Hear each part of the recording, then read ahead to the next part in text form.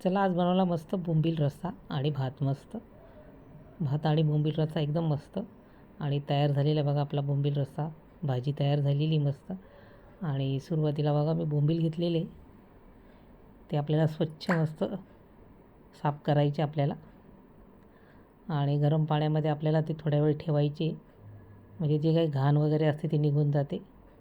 2-3 पाण्याने परत धुवायचे. गरम पाण्यात भिजवल्यानंतर परत आपल्याला 2-3 पाण्याने धुवायचे. सगळं घाण पाणी निघून जातं बोंबीलमधलं, कारण घाण असतात बोंबील. आणि आता आपल्याला मसाला काढायचा आहे सुरुवातीला. त्यासाठी बघा मी सुरुवातीला छोटा पॅन ठेवलेला आहे. बोंबील छानपैकी आपल्याला असे खरपूस तळून घ्यायचे, मस्त लालसर. खायला छान लागतात, मग भाजीमध्ये पण खूप छान लागतात. आणि तिकडे कमी गॅसवर मी बोंबील तळायला ठेवलेले.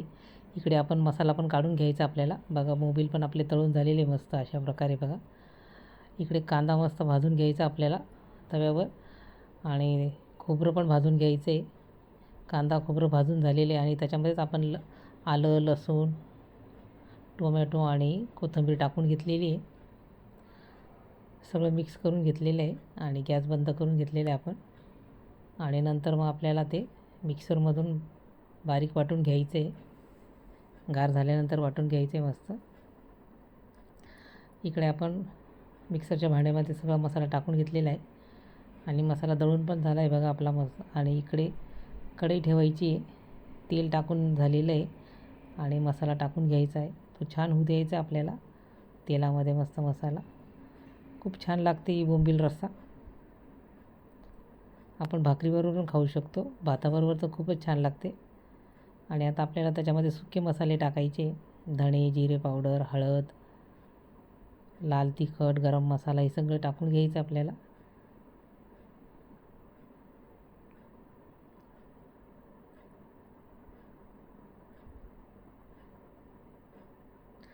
सगळं मिक्स करून घ्यायचं आहे बघा. चांगला परतून घ्यायचा आहे मसाला आपल्याला.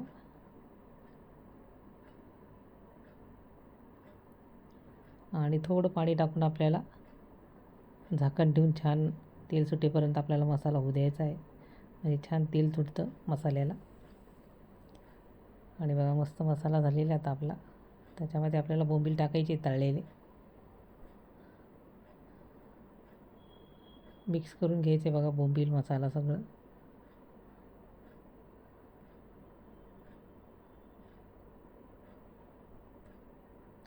कोथिंबीर टाकायची.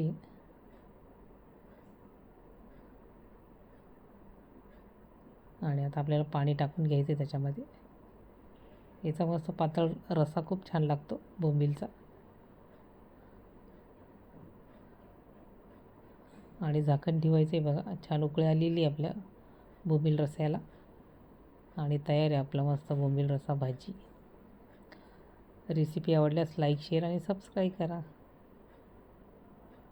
आणि आता मस्त आपण एका ताटामध्ये भात आणि भाजी बोंबील रस्सा काढून घ्यायचा आहे खाण्यासाठी. तयार आहे आपला बोंबील रस्सा भाजी.